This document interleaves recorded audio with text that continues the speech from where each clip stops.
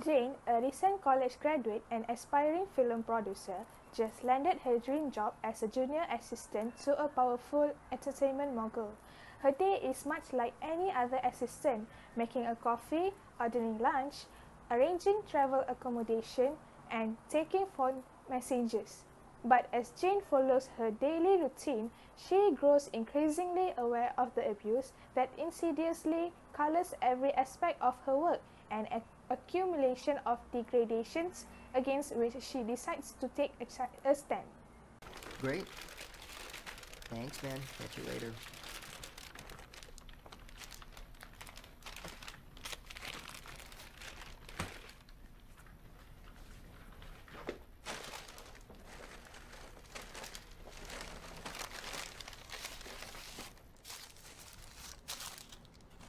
This is turkey. I said chicken.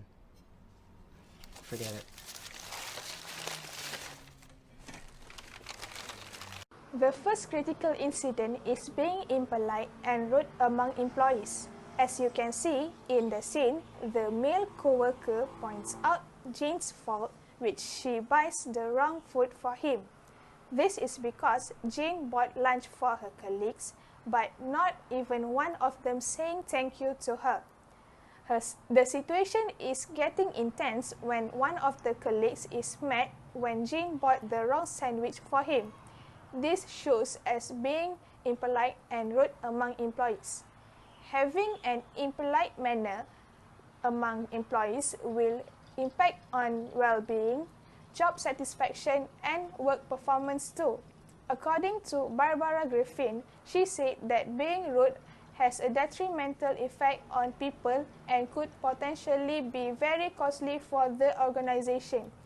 This will cause a negative impact towards Jane, as she may feel the whole people never appreciate her, which affects her psychology and perceptions towards people around her.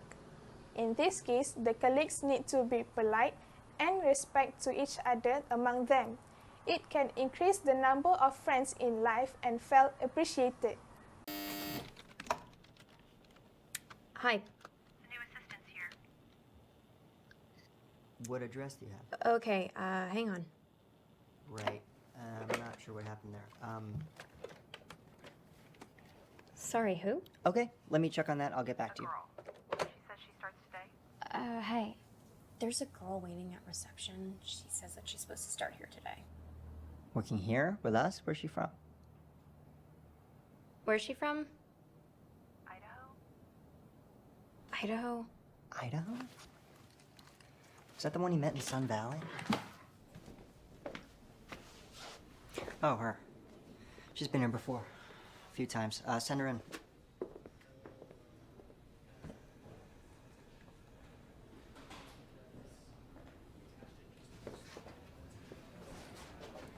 Send her in.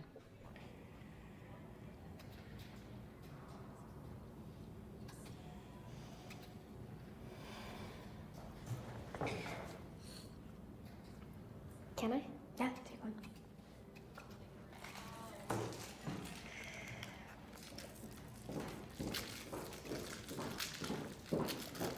Thanks. Okay. So, here and here, and this one here. Here and here, initial here, sign there. Thanks. Do I need a lawyer or something? You have a lawyer?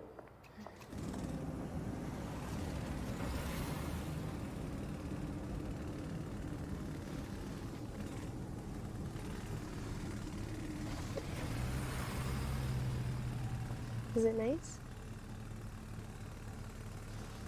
Sorry? The hotel. Oh, yeah. Cool.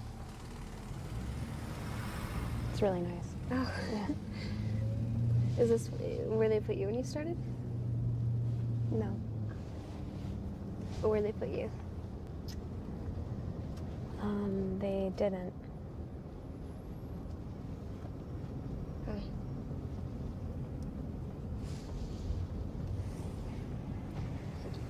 So you're from Idaho, right? Yeah. Boise. You been? Mm-mm. No. There's not much to see. So did you come straight from there, or? Yeah. I mean, there was this whole conference thing a while back. I was working there. Oh, okay. Yeah, just waitressing, but I've worked in film before. Oh. Yeah, I did some work on this movie that shot in Salt Lake City, so I know a bit. Next, the second critical incident is being unfair in recruiting employees.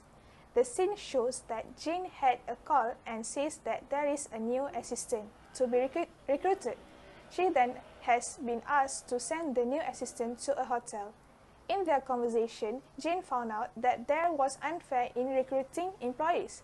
This is because Sienna, the new employee, said she was a waitress back then when she met the boss.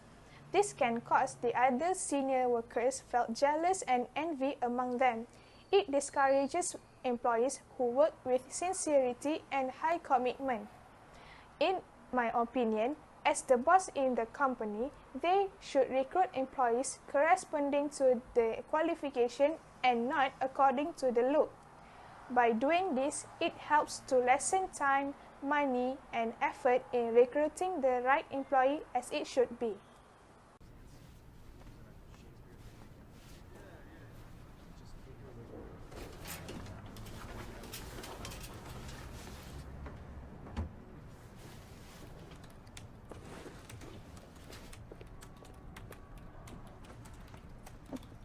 He won't make it to the theater in time. Should we just cancel, or? It starts at 7:30. Okay, he's not gonna be happy. We can push for an earlier Wheels Up, but we'd have to... Yeah, I don't know. Shoot him an email, see if you get a response.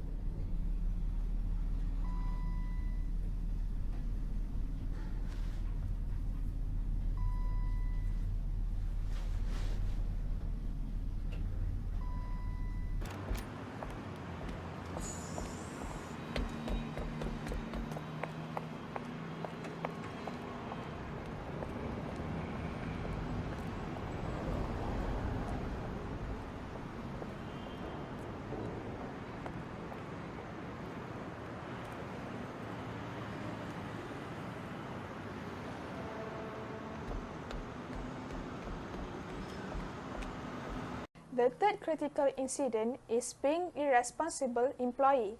In the scene, we can see that Jane went to the next building during the office hour without telling the other workers and without her boss' permission.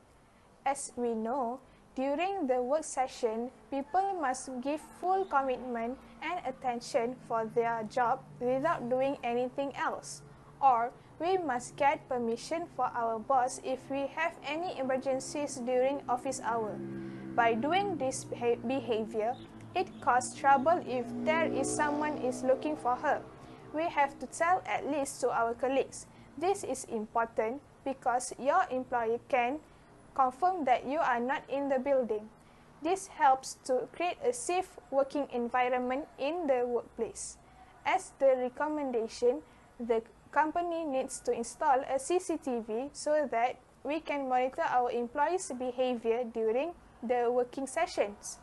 As an employee, we have the responsibility towards our work. Why me? Fine. Hello? Sorry? They're blocked?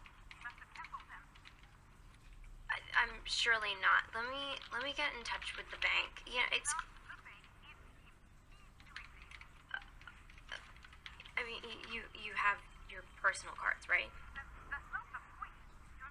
I really think that this is a misunderstanding.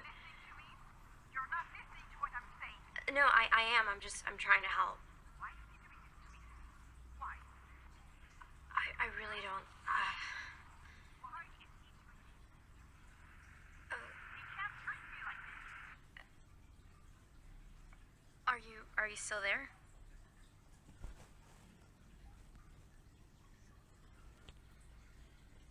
As you can see, Jane received call from the boss wife during office hour, and the wife asked Jane why her husband blocked her credit card. Jane did not know anything, and she just wanted help by contacting the bank. In the scene, the boss wife is the one who brings their personal issue to the office and be the reason Jane was scolded by the boss for interfering, even though it's not Jane's fault. The issue between the wife and the boss should not be involved by the employee, because it can cause problems to the employee's performance by adding their tasks to solve things that are not work-related. The action that should be taken by the wife is she needs to discuss with her husband personally, and the boss must not scold and use bad words to the employee that answering the wife's call. According to Employee Assistant Professional (EAP), personal and work-related problems adversely affect performance because they cause employees to make constant mistakes and their productivity is reduced. There it is. Let's make it official. Call it a complaint. Let's assume I were to do the disservice of writing it up for you. So, your complaint is as follows. The company hires a new assistant. She's young, and in your opinion, she's very pretty, and she's maybe a little She's bit a waitress. experienced. Exactly. They've possibly offered her a job just like that, and they're putting her up in a fancy hotel. And you live, where do you live? Astoria? Astoria? Okay, I understand. That's not the point. And by the way, how experienced were you when you got hired? A couple of internships, am I right? The last one paid me. Do you know how many people work at this company? I have to make sure all of them are taken care of. And you know how many people want to work here? I've got 400 resumes teed up for your position alone. Ivy League grads, 4.0 GPAs. And here you are sitting in my office, stressed out, jealous of some new assistant who's getting more attention than you. I'm not jealous. I was worried for this girl. She's a woman. She's a grown woman. Sorry, yes. You think a grown woman can't make her own choices? I never said that. Because she's a waitress? Nope, I didn't say Then? that. What then? Listen, honestly, what do you want from me?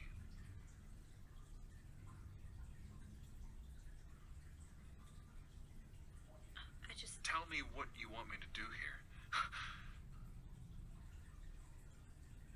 Do you want to keep working here? I do. From the scene, Jane went out to meet Human Resource Management to complain about her boss who is biased in recruiting new assistants, but the person in charge is not take it seriously. Jane thought that her boss have an affair with the new assistant. The person in charge said that Jane just being jealous because the new assistant get more attention than Jane, but this is totally wrong.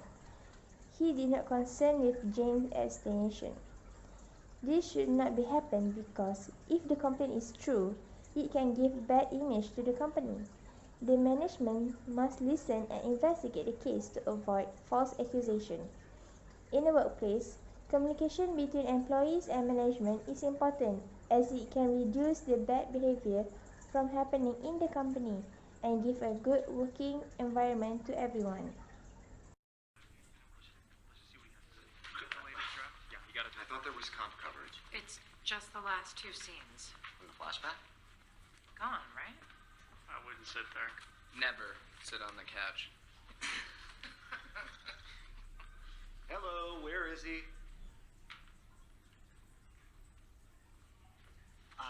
Where'd you take her? What? The girl, where'd you take her? The mark. Mark.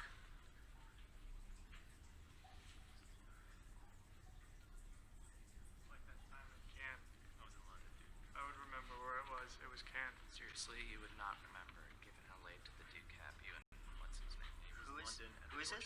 It was Cannes. Jeffrey was there, remember? I'm sure we can add her. And for the auction, yeah. Yes, a lunch and a script consultation. While putting some papers on the boss desk, some employee came in and asked Jane, "Where is the boss?"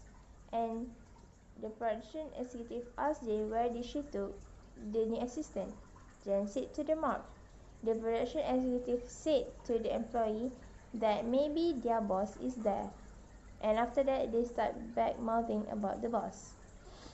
Based on the book Organizational Behavior of Dummies, we must refrain ourselves from bad-mouthing anyone in the company, especially our boss.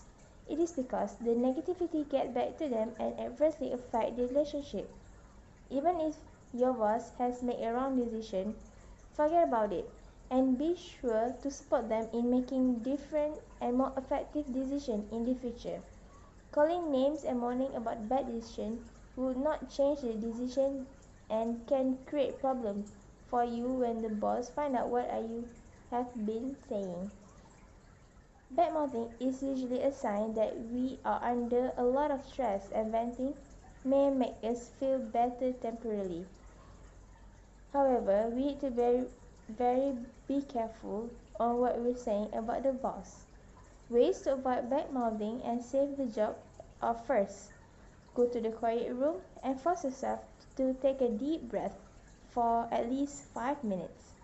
It reduces your heart rate and the production of stress hormone drastically. Second, get perspective. Ask yourself if you really want to risk your entire career over one bad day. It may help you to focus and not to do bad things. Lastly, keep your bad mood to yourself. It can prevent us from talking bad things about people or mad at something that is not important. This movie gives a lot of messages to all workers out there, either you are a boss or employee. It shows many negative scenes for us to think and learn a lesson by not doing it in your real life. What can we conclude is, communication and respect is the key to have a good working environment. We, as a colleague, must always communicate with each other despite the position that we have in the company. It can reduce the stress that we all have. Second is respect. Respect among each other in the workplace. The boss have to respect the employee by not using the bad words, and the employee must respect the boss by not bad-mouthing about the boss. It can make a great working environment in the company. That's all from us. Thank you.